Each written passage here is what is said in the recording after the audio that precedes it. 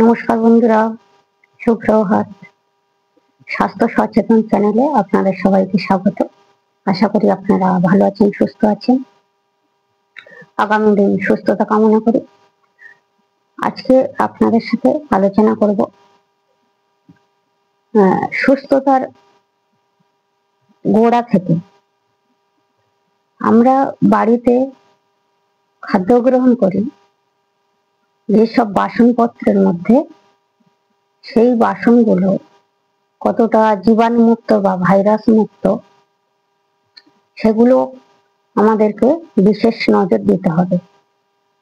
আমরা যখন খাবার খাচ্ছি তখন বাসনটাকে একদম পরিষ্কার জলে ধুয়ে তারপরে কিন্তু সেই খাবারটা থালায় রাখবেন বা বাসনে রাখছেন, এবং সেই খাবারটা ভালো করে পরিষ্কার জলে হাত সাবান দিয়ে ধুয়ে তারপরে খাদ্য গ্রহণ করবেন।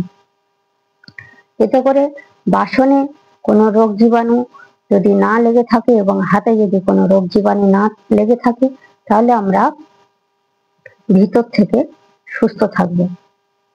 আমরা যে খাদ্য গ্রহণ করছি সেখানে যদি ভাইরাস জনিত কিছু রোগ অসুখ পেটের মধ্যে চলে যায়, তাহলে আমরা অবশ্যই অসুস্থ হয়ে যেতে পারি।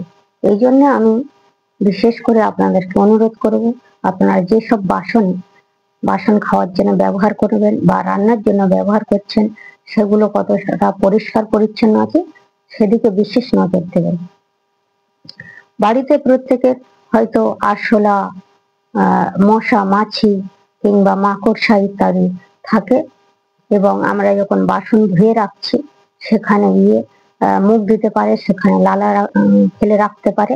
সেই সব বাসনে আপনি যদি না ধুয়ে খেতে দেন, সেখানে আপনাদের অসুস্থতার কারণ হতে পারে। সেই জন্য আমার ভিডিওটা করা। এমনও হয়েছে যে হয়তো সে জানলো না কোনো জলের বোতল বা কোনো জলের মগের মধ্যে কোনো আরশোলা বা মাকড়সা লালা ফেলেছে, সেটা না ধুয়ে জলটা গড়ালেন, বা কোনো বাসন না ধুয়ে হয়তো খাবারটা বাড়লেন, সেখান থেকে আপনাদের ভাইরাস জনিত বিভিন্ন ম্যালেরিয়া, ডায়রিয়া ইত্যাদি অসুখ বিসুখও হতে পারে।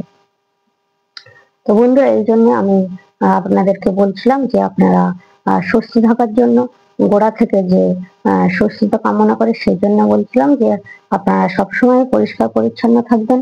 এমনকি আপনারা যদি রাত্রে বাসন ধুতে না পারেন, হয়তো আপনার অনেক রাত্রে খাবার খেয়েছেন, বাসন ধুলেন না, সেই বাসনটা কোথাও জড়ো করে রাখছেন, সেই বাসনে ইঁদুর বা আরশোলা বিভিন্ন পোকামাকড় সেই বাসনটা চেটে দিল এবং ওই ভাইরাসটা লেগে গেল। এটা না করে আপনারা যদি বাসনটা না মাজেন, জল দিয়ে ধুয়ে বাসনটাকে উপর করে রাখবেন, সব বাসনগুলোকে, যাতে আপনারা পরে মাজবেন। কিন্তু আরশোলা বা মাকড়সা ইত্যাদি বিভিন্ন রকম পোকামাকড় যারা আমাদের রোগ জীবাণু ছড়ায়, সেদিকে দেখবেন।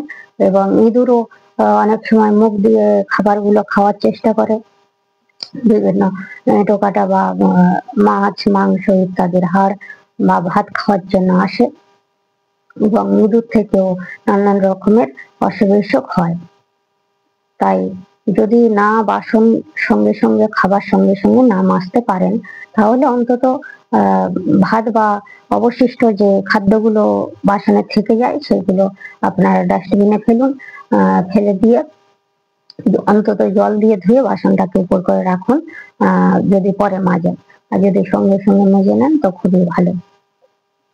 আর বাসন মাজার জন্য যে ভালো ভালো সাবান উঠেছে, সেগুলো দিয়ে আপনারা পরিষ্কার করে বাসন মাজবেন বা ধুবেন, এবং খাদ্য গ্রহণের আগে আরেকবার পরিষ্কার জলে আপনারা বাসনটাকে ধুয়ে নেবেন।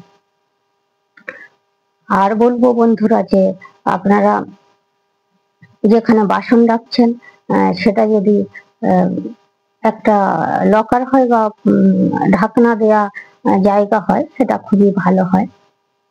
এখন তো অনেক বাসন রাখার কিট উঠে গেছে, প্লাস্টিকের হোক বা লোহার হোক, বিভিন্ন বাসন রাখার পাত্র উঠে গেছে সেগুলোকে কিনে নেবেন, বা একটা বড় প্লাস্টিকের গামলা কিনে নেবেন। সেই গামলার মধ্যে আপনারা বাসনগুলোকে রেখে আপনারা ঢাকা দিয়ে রাখতে পারেন। তাতে আপনাদের লাইফ সেফটি থাকবে এবং রোগ জীবাণুমুক্ত থাকতে পারবেন। নমস্কার বন্ধুরা, আপাতত এই পর্যন্ত বললাম। আপনারা সবাই ভিতর থেকে সুস্থ থাকুন, ভালো থাকুন। আবার দেখা হবে অন্য কোনো অধ্যায়ে।